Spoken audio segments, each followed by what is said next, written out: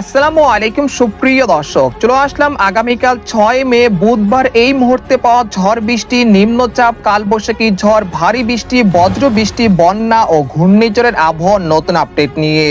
এবার চলতি মে মাসে বঙ্গোপসাগরে তৈরি হতে পারে ভয়ঙ্কর ঘূর্ণিঝড়। উত্তাল হচ্ছে বঙ্গোপসাগর, সৃষ্টি হতে পারে বিধ্বংসী ঘূর্ণিঝড় অর্ণব, আঘাত হানতে পারে উপকূলে, হতে পারে জলোচ্ছ্বাস। এছাড়া আজও বিক্ষিপ্ত কালবৈশাখী ঝড় ও ভারী বৃষ্টির সতর্কতা রয়েছে।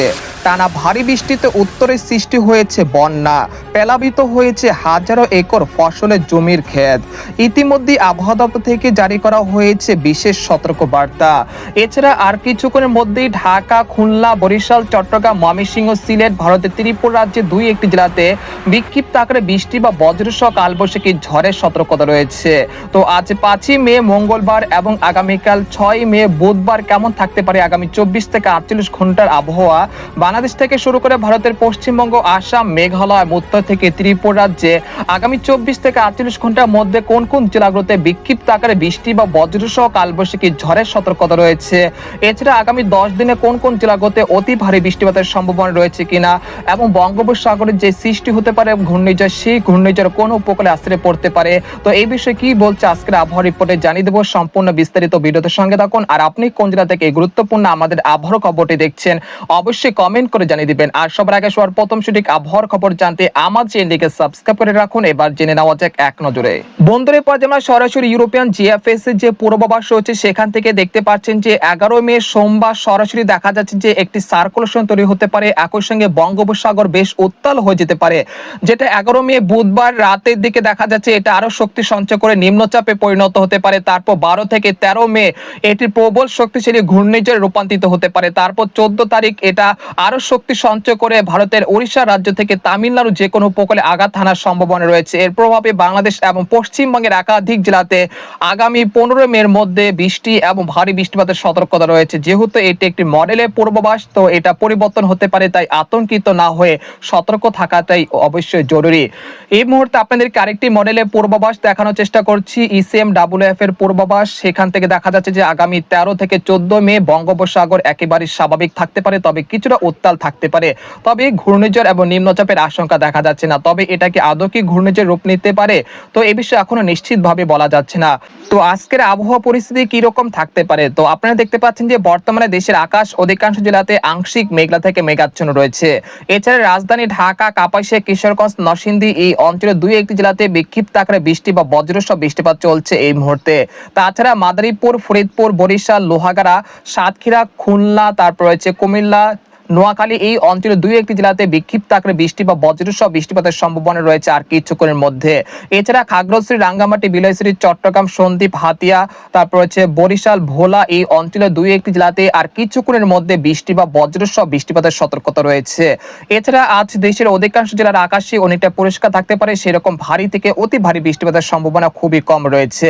তাছাড়া ভারতের পশ্চিমবঙ্গের কলকাতা, খড়গপুর, পূর্ব ও পশ্চিম মেদিনীপুর, উত্তর দক্ষিণ 24 পরগনা, তারপর হচ্ছে কাটোয়া, শিউরি, নালিয়াটি, মুর্শিদাবাদ, কৃষ্ণনগর এই অঞ্চলের আকাশ অনেকটা পরিষ্কার থাকতে পারে ইনশাল্লাহ, সেরকম বৃষ্টিপাতের সম্ভাবনা নেই ইনশাল্লাহ। এছাড়া খুলনা বিভাগ থেকে যারা ধান কাটতে চাচ্ছেন তারা অবশ্যই ধান কর্তন করতে পারেন এবং সেগুলো রোদে শুকাতে পারেন, যেহেতু আগামী 5 দিন দেশের কোথাও সেরকম উল্লেখযোগ্য অতি ভারী বৃষ্টিপাতের সম্ভাবনা পাওয়া যাচ্ছে না। এছাড়া সিলেট বিভাগের যে আকস্মিক বন্যা সৃষ্টি হয়েছে সেই বন্যা পরিস্থিতি আগামী 3 দিনের মধ্যে উন্নতি হতে পারে ইনশাল্লাহ। এরপর আপনাদেরকে জানিয়ে দেবো যে আজ রাতে কোন কোন জেলাগুলোতে ভারী বৃষ্টিপাত হতে পারে। আজ রাতে দেখা যাচ্ছে ময়মনসিংহ, সিলেট এবং রংপুর বিভাগের আকাশ অনেকটা পরিষ্কার থাকতে পারে, তবে শেষ রাতের দিকে রংপুর, কুড়িগ্রাম, ঠাকুরগাঁও, পঞ্চগড়, তেতুলিয়া, গাইবান্ধা এই অঞ্চলে কোথাও কোথাও বিক্ষিপ্ত আকারে বৃষ্টি বা বজ্রসহ কালবৈশাখী ঝড় হতে পারে। এছাড়া ময়মনসিংহ, জামালপুর, শেরপুর, মাধান, কিশোরগঞ্জ, বগুড়া এই অঞ্চলে 2-1টি জেলাতে বিক্ষিপ্ত আকারে বৃষ্টি বা বজ্রসহ বৃষ্টিপাত হতে পারে ভোর রাত 4টার দিকে। তারপর দেখা যাচ্ছে যে সকালের দিকে আসার পর দেখা যাচ্ছে দেশের অধিকাংশ জেলার আকাশ আংশিক মেঘলা থেকে পরিষ্কার থাকতে পারে। তারপর 6 মে বুধবার সকালের দিকে দেখা যাচ্ছে যে ঢাকা, নাগারপুর, কাপাসিয়া, কিশোরগঞ্জ, সিরাজগঞ্জ, সরিষাবাড়ি, সিংড়া, বগুড়া, মহাদেবপুর, রাজশাহী, চাঁপাইনবাবগঞ্জ এই অঞ্চলে কোথাও কোথাও বিক্ষিপ্ত আকারে বৃষ্টি বা বজ্রসহ কালবৈশাখী ঝড় হতে পারে 6 মে বুধবার সকাল 7টার দিকে। তাছাড়া ময়মনসিংহ, জামালপুর, মাধা, নেত্রকোনা এই অঞ্চলগুলোতেও বিক্ষিপ্ত আকারে বৃষ্টি বা বজ্রসহ বৃষ্টিপাত হতে পারে 6 মে বুধবার সকাল 7টার দিকে। এরপর সকাল 9টার দিকে দেখা যাচ্ছে যে দেশের আকাশ আংশিক মেঘলা থেকে মেঘাচ্ছন্ন থাকতে পারে। পরবর্তী সময় ফরিদপুর, মাদারীপুর, নোয়াখালী, চাঁদপুর, মতিরাট এই অঞ্চলে 2-1 জেলাতে বিক্ষিপ্ত আকারে বৃষ্টি বা বজ্রসহ বৃষ্টিপাত হতে পারে 6 মে বুধবার বেলা 11টার দিকে। তারপর দুপুর 1টার দিকে দেখা যাচ্ছে খুলনা, বরিশাল বিভাগের উপকূলীয় অঞ্চল, দেখা যাচ্ছে সাতক্ষীরা, শ্যামনগর, মাঠবাড়িয়া, খেপুপাড়া এই অঞ্চলে কোথাও কোথাও বিক্ষিপ্ত আকারে বৃষ্টি বা বজ্রসহ বৃষ্টিপাত হতে পারে।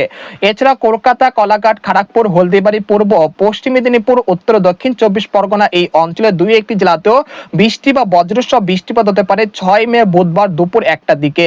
তারপর দেখা যাচ্ছে যে বিকেল 4টার দিকে ঢাকা, খুলনা, বরিশাল, চট্টগ্রাম বিভাগের আকাশ আংশিক মেঘলা থেকে মেঘাচ্ছন্ন থাকতে পারে। বিকেল 5টার দিকে দেখা যাচ্ছে যে ভারতের পশ্চিমবঙ্গের জামশেদপুর, ধানবাদ, তারপর হচ্ছে মুর্শিদাবাদ, কৃষ্ণনগর এই অঞ্চলে কোথাও কোথাও আকাশ আংশিক মেঘলা থেকে মেঘাচ্ছন্ন থাকতে পারে। এরপর রাত 8টার দিকে রাজশাহী, চাঁপাইনবাবগঞ্জ, সিংড়া, মহাদেবপুর, বগুড়া, সিরাজগঞ্জ এই অঞ্চলে কোথাও কোথাও বিক্ষিপ্ত আকারে বৃষ্টি বা বজ্রসহ বৃষ্টিপাতের সতর্কতা রয়েছে 6 মে বুধবার রাত 10টার দিকে। তারপর রাত 12টার দিকে দেখা যাচ্ছে যে ঢাকা, টাঙ্গাইল, গাজীপুর, কাপাসিয়া, কিশোরগঞ্জ এই অঞ্চলে কোথাও কোথাও বিক্ষিপ্ত আকারে বৃষ্টি বা বজ্রসহ কালবৈশাখী ঝড় হতে পারে। তাছাড়া পাবনা, শাইলকুপা, মেহেরপুর, চুয়াডাঙ্গা, মাদারীপুর, তাছাড়া কুমিল্লা, ব্রাহ্মণবাড়িয়া এই অঞ্চলে কোথাও কোথাও বিক্ষিপ্ত আকারে বৃষ্টি বা বজ্রসহ বৃষ্টিপাত হতে পারে 6 মে বুধবার রাত 12টার দিকে।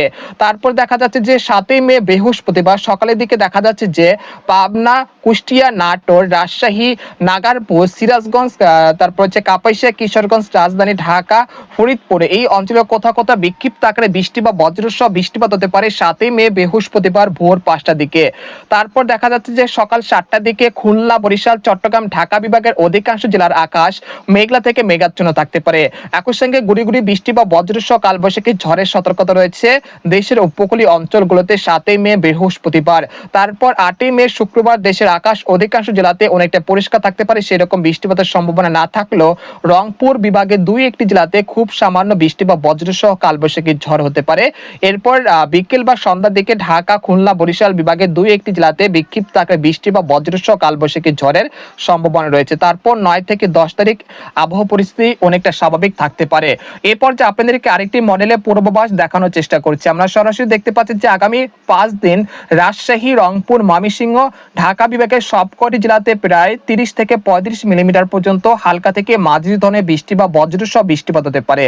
এছাড়া খুলনা, বরিশাল বিভাগে বৃষ্টিপাতের প্রবণতা সবচেয়ে কম থাকতে পারে। এছাড়া চট্টগ্রাম বিভাগের অধিকাংশ জেলাতে বৃষ্টিপাতের প্রবণতা সবচেয়ে কম থাকতে পারে, তবে কুমিল্লা, ব্রাহ্মণবাড়িয়া, চাঁদপুর, নোয়াখালী এই অঞ্চলে কোথাও কোথাও প্রায় 22 মিলিমিটার পর্যন্ত হালকা থেকে মাঝারি ধরনের বৃষ্টিপাত হতে পারে। এছাড়া কলকাতা, চন্দননগর, আরামবাগ, বর্ধমান, শান্তিপুর, কাটোয়া, দুর্গাপুর এই অঞ্চলে বৃষ্টিপাতের সবচেয়ে কম প্রভাব থাকতে পারে। এবং উত্তরবঙ্গের মালদহ, উত্তর ও দক্ষিণ দিনাজপুর এবং আলিপুরদুয়ার, কোচবিহার, জলপাইগুড়ি, শিলিগুড়ি, আসাম, মেঘালয় এই অঞ্চলে কোথাও কোথাও প্রায় 15 থেকে 17 মিলিমিটার পর্যন্ত হালকা থেকে মাঝারি ধরনের বৃষ্টিপাত হতে পারে।